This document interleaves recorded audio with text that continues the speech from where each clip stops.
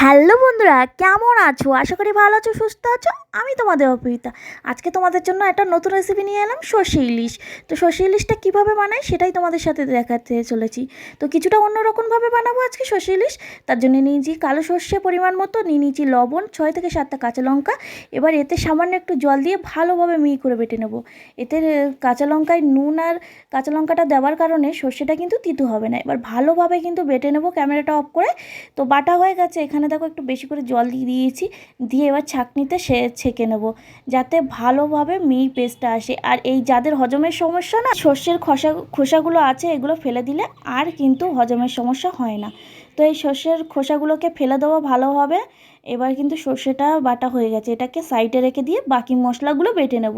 খুবই কম উপকরণ দিয়েছি এখানে, আর কিছুটা রেসিপি আমার নিজের থেকে বানানো। এভাবে বানালে কিন্তু তোমাদের খেতে অবশ্যই খুবই ভালো লাগবে। আর এখানে নিয়েছি জিরে আর আদা, ভালোভাবে বেটে নিয়েছি সবগুলোকে। আর এখানে নিয়ে নিয়েছি দুটো পেঁয়াজ কুচি, আর নিয়ে নিয়েছি লঙ্কা 7 থেকে 8টা, আর নিয়ে নিয়েছিলাম পেঁয়াজ কুচি। তো এবার মাছটাকে ভালোভাবে নুন হলুদ মাখিয়ে নেবো। তার আগে কিন্তু কড়াইতে দিয়ে দিয়েছি পরিমাণ মতো সরিষার তেল। এটা কিন্তু সরিষার তেলে বানালে বেশি ভালো লাগে। তো এবার দিয়ে দিচ্ছি হলুদ আর লবণ। আমি কিন্তু এখানে লঙ্কা গুঁড়োটা ইউজ করিনি। এবার সবগুলোকে ভালোভাবে কিন্তু হাত দিয়ে দিয়ে মেখে নিতে হবে সুন্দর করে। আর তোমরা এই সময় দেখবে আমি মাছগুলোকে বেশি ভাজিনি, যতটা কম ভাজা যায়। কিন্তু আমি বাঙালি তো, মাছ না ভাজলে আমার ঠিক সইবে না। কাঁচা মাছ খেতে আমি একদমই ভালোবাসি না, তার জন্য একটু ভালোভাবে ভেজে নেব। অতটা কড়া করে ভাজবো না, যতটা ভাজা যায় ততটা ভাজবো। আর এখানে কিন্তু আমি আজকে দুটো রেসিপি বানাচ্ছি, একটা এই ভিডিওয় দেখবে আর একটা পরের দিন পরের ভিডিওয় দেখবে। তো আজকে একসঙ্গে দুটো রেসিপি করব, তার জন্য মাছের মাথাটাও কিন্তু আমি নুন হলুদ মাখিয়ে নেবো এখানে। তো খুব সুন্দর করে আমার মাছগুলোকে নুন হলুদ মাখিয়ে নিচ্ছি, আর ওদিকে আমার তেলটা গরম হয়ে যাচ্ছে কড়াইতে। আর এই মাছের রেসিপিটা আমি কিছুটা অন্যরকমভাবে বানাবো এই জন্য। আর আজকে দেখতে পাচ্ছ তেলের পরিমাণটা কিন্তু একটু বেশি রেখেছি, কারণ যেহেতু অনেকদিন পরে ইলিশ মাছ খাচ্ছি, তার জন্য। এতটাও তেল খাওয়া আমার উচিত নয়, তাও আজকে কি মনে হলো তাই একটু করে নিলাম। তো যেটা বলছিলাম, এই রেসিপিটা সর্ষে ইলিশের রেসিপি, কিন্তু আমি কিছুটা একটু অন্যরকমভাবে বানিয়েছি। এবার বাড়িতে অবশ্যই বানিয়ে খেয়ে দেখো, তোমাদের নিশ্চয়ই খুব ভালো লাগবে। এখানে দেখো মাছগুলোকে এবার উল্টো পাল্টা ভেজে নিচ্ছি তেলেতে। আর বেশি ভাজিনি, হালকা লাল লাল করে ভেজে নিয়েছি, অতটাও কড়া করে ভাজিনি, মাছটা মুচমুচে করে।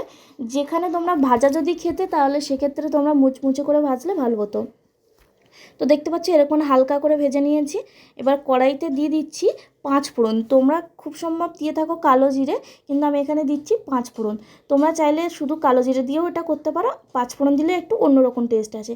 এখানে আমি অর্ধেকটা পেঁয়াজ আমি দিয়ে দেবো, প্রায় এরকম একটা পেঁয়াজের মতো বড়ো সাইজের, একটু মিডিয়াম সাইজের পেঁয়াজ দিয়ে দিচ্ছি এখানে। দিয়ে দিচ্ছি 10টার মতো রসুন থেতো করা এখানে। আর দিয়ে দিচ্ছি এখানে 7 থেকে 8টা কাঁচা লঙ্কা দিয়ে দিচ্ছি।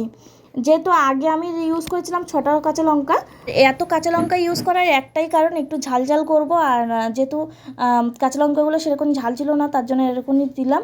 আর এখানে কিন্তু আমি কোনো গুঁড়ো লঙ্কা ইউজ করব না, ওর জন্যই এখানে কিন্তু টোটালি আমি 15টার মতো লঙ্কা দিয়েছিলাম, এখনই মনে করে বললাম। এবার দিয়ে দিচ্ছি কড়াইতে হলুদটা দেওয়ার সময় কিন্তু গ্যাসের ফ্লেমটা একদম লোতে রাখতে হবে, নাহলে কিন্তু হলুদটা পুড়ে যাবে, আর তখন কিন্তু তেতো লাগবে খেতে। তাই মাথায় রেখে কিন্তু গ্যাসের ফ্লেমটা একদম লোতে রাখবে, তাহলে হলুদটা পুড়বে না। 10 মিনিটের মতো, 10 মিনিট বলবো না, 2-1 মিনিট নাড়াচাড়া করার পরে দিয়ে দেবে পরিমাণ মতো জল। যতটা ঝোল রাখতে চাবে সেই অনুযায়ী দেবে, কারণ ঝোলটা মেরে হাফ করতে হবে। ঝোলটা যেহেতু জাল দিলে একটু কমে যাবে, তার জন্য পরিমাণ হিসেবে নিজে বুঝে জলটা দিতে হবে। এই দেখো দিয়ে দিয়েছি জল এখানে। জলটা দিয়ে এবার ভালোভাবে নাড়াচাড়া করে দেখে নিচ্ছি যে কতটা পরিমাণ জল দিলে ভালো হয়। এখানে আরেকটু জল লাগবে, তার জন্য দিয়ে দিচ্ছি আরেকটু জল পরিমাণ মতো।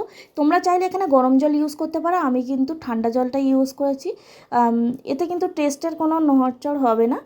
তো দেখতে পাচ্ছ আমি এতটাই জল দিয়েছি। আর যেহেতু পোস্তটা আমি একটু জল মানে সর্ষেটা একটু জল জল করে বেটেছিলাম, তার জন্য কিন্তু অসুবিধা হবে না, একটু গ্রেভি গ্রেভি টাইপের হবে। তারপরে এখানে কিন্তু ভেজে রাখা মাছগুলোকে একে একে আমি দিয়ে দিচ্ছি। আর তোমরা যদি চাও মাছটা না ভেজে নিতে, তো কাঁচা কাঁচাই মাছটা এখানে এই সময় দিয়ে দিতে পারো, নুন হলুদ মাখিয়ে রেখে এই সময় কিন্তু এখানে দিতে পারো। যেহেতু আমি নুনটা কম রেখেছিলাম, তাই আরেকটু নুন দিলাম।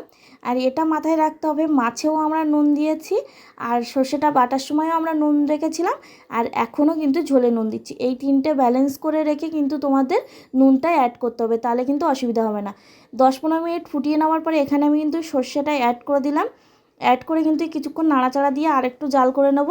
আর এই সময় খেয়াল রাখতে হবে সর্ষেটা আমরা যেন বেশিক্ষণ না জাল করি।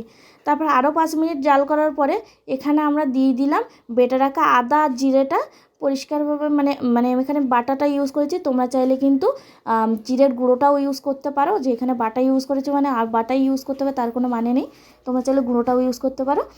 আর এবারে ভালোভাবে সবগুলোকে মিক্স করে নিচ্ছি এখানে।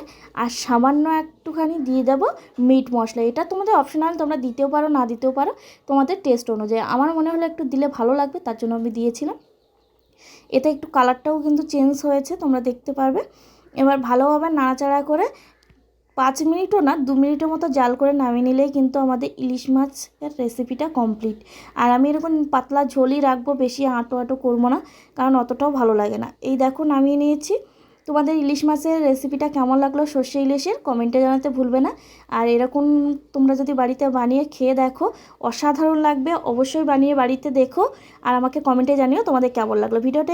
Tata bye bye, love you বন্ধুরা।